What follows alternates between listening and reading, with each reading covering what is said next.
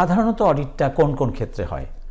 সাধারণত সুন্দর প্রশ্ন, যে অডিটগুলো হয় যখন নির্দিষ্ট, প্রথমত অডিট হয় যারা সেলফ এমপ্লয়েড মানুষ তাদের একটু বেশি হয়, জি। কারণ তারা কিছু রিপোর্ট করে যেটা ইউ আর রিপোর্টিং, কোনো জায়গাতে ডকুমেন্টেশনটা ইউ আর রেসপন্সিবল, আপনি রেসপন্সিবল হচ্ছেন রিপোর্টিংটা দেওয়ার জন্য, খরচ ইনকাম স্টেটমেন্টটা দেওয়ার জন্য।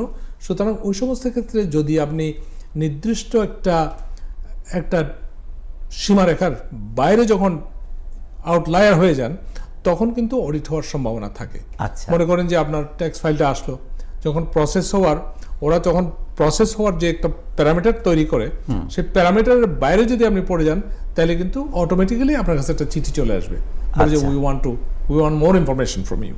যেমন ধরুন আপনি বলতে যাচ্ছেন এটা অটো জেনারেটেড হয়? অটো জেনারেটেড হয়, ও, আচ্ছা। কেননা মনে করেন যে আপনি আইটেমাইজ ট্যাক্স, এক্স্যাক্টলি, আমাদের দর্শকরা হয়তো জানেন না আইটেমাইজ ট্যাক্স, আইটেমাইজ ডিডাকশনটা কি। আমরা এটাতে আসবো, স্ট্যান্ডার্ড ডিডাকশন এবং আইটেমাইজ ডিডাকশন। মনে করেন যে আইটেমাইজ ডিডাকশন আপনি দিয়ে দিলেন, বিরাট একটা অংশ দিলেন যে চ্যারিটেবল ডিডাকশন। এক্স্যাক্টলি। তখন এই চ্যারিটেবল ডিডাকশনটা যদি আপনি, এটা যদি মানে আপনার যে একটা আছে সীমারেখা, তার বাইরে যদি অনুভূত হয় প্রোগ্রামের, তখন কিন্তু অটোমেটিকলি একটা চিঠি জেনারেট হয়ে যায়, please provide exactly supporting documents.